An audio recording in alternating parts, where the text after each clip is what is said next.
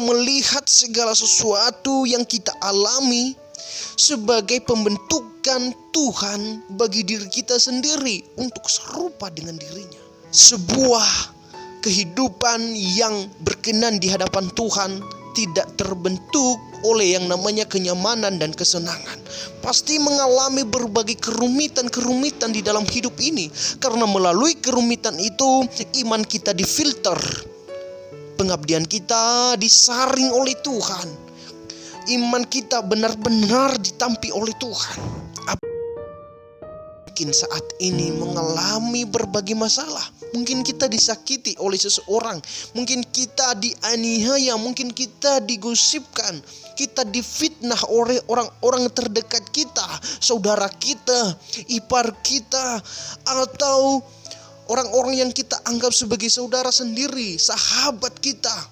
Orang-orang yang dulu memiliki hubungan yang akrab dengan kita, kini mengasingkan kita. Saudara yang terkasih, mari kita bercermin dengan apa yang dilakukan oleh Yusuf.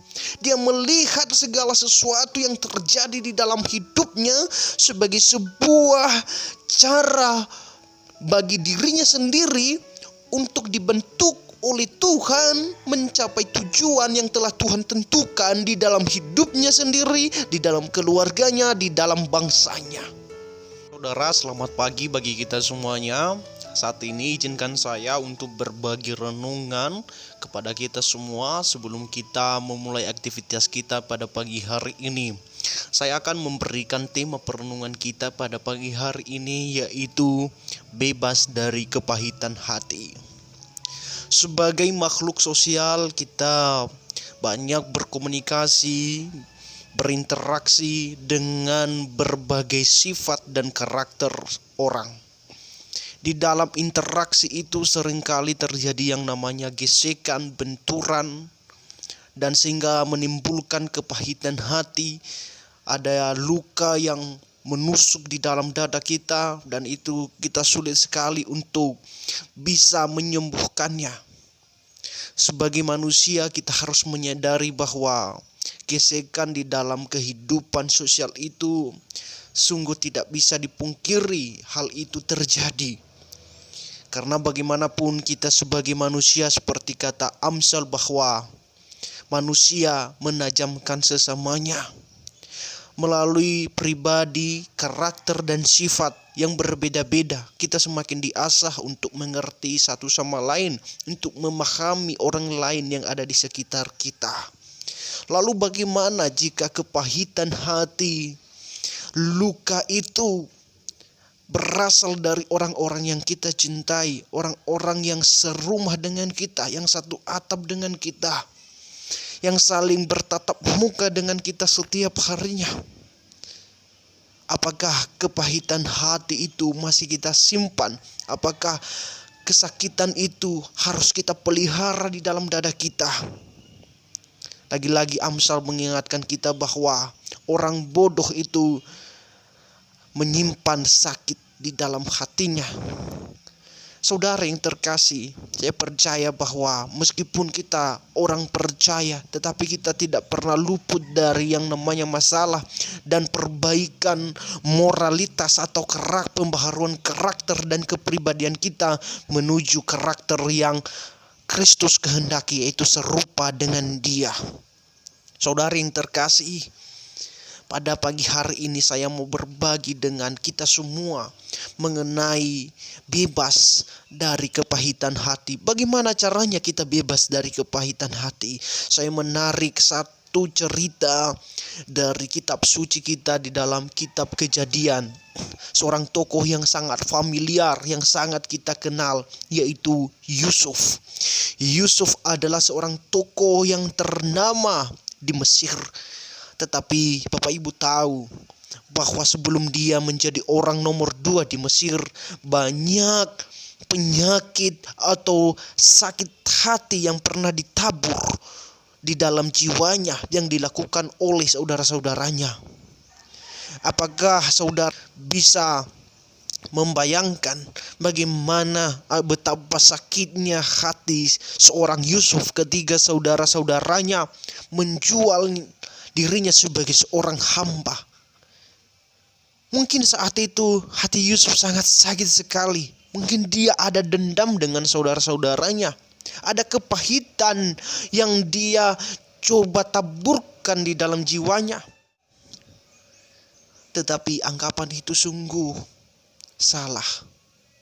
Ternyata Yusuf melihat perilaku saudara-saudaranya yang mengancam kebebasannya, yang mengancam kemerdekaannya, sehingga dia menjadi seorang hamba, seorang yang takluk di bawah kuasa seseorang. Yusuf mengatakan bahwa semua itu atas izin Tuhan. Mari kita membacanya di dalam Kejadian 50 ayat 20. Firman Tuhan berkata, "Memang kamu telah merekarkakan yang jahat terhadap aku, tetapi Allah telah merekarkakannya untuk kebaikan dengan maksud melakukan seperti yang terjadi sekarang ini, yakni memelihara hidup suatu bangsa yang besar." Bayangkan Bapak Ibu, pola pikir Yusuf ini adalah pola pikir ilahi, di mana dia melihat segala masalah, tantangan itu dari apa yang Tuhan misikan di dalam jiwanya. Ini adalah sesuatu yang sangat luar biasa, bagaimana seorang Yusuf bisa melihat tantangan permasalahan dari kacamata Tuhan.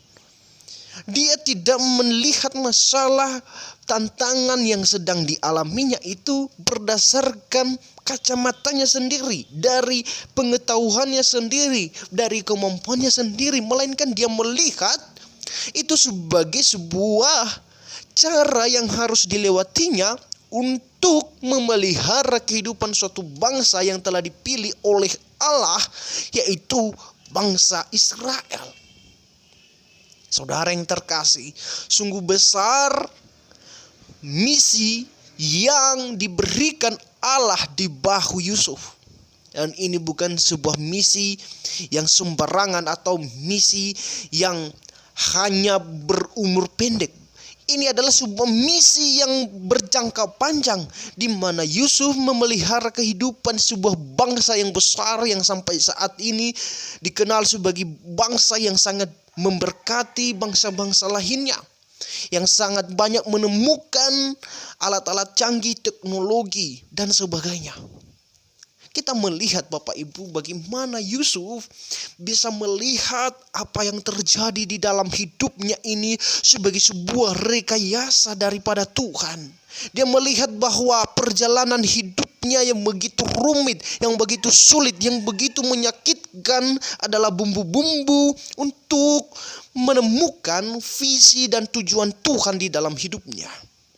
Kita juga mungkin saat ini mengalami berbagai masalah. Mungkin kita disakiti oleh seseorang, mungkin kita dianiaya, mungkin kita digosipkan, kita difitnah oleh orang-orang terdekat kita, saudara kita, ipar kita, atau orang-orang yang kita anggap sebagai saudara sendiri, sahabat kita. Orang-orang yang dulu memiliki hubungan yang akrab dengan kita, kini mengasingkan kita. Saudara yang terkasih, mari kita bercermin dengan apa yang dilakukan oleh Yusuf. Dia melihat segala sesuatu yang terjadi di dalam hidupnya sebagai sebuah cara bagi dirinya sendiri untuk dibentuk oleh Tuhan mencapai tujuan yang telah Tuhan tentukan di dalam hidupnya sendiri, di dalam keluarganya, di dalam bangsanya. Saya mau berpesan kepada saudara. Jika saudara saat ini merasakan kepahitan hati, merasakan sakit hati kepada seseorang, lihat apa yang dikatakan oleh Yusuf. Memang kamu merekarkakan yang jahat kepadaku, tetapi Tuhan merekarkakannya untuk kebaikanku, untuk kebaikanmu, dan untuk kebaikan bangsa kita. Sungguh jawaban yang sangat mulia, saudara.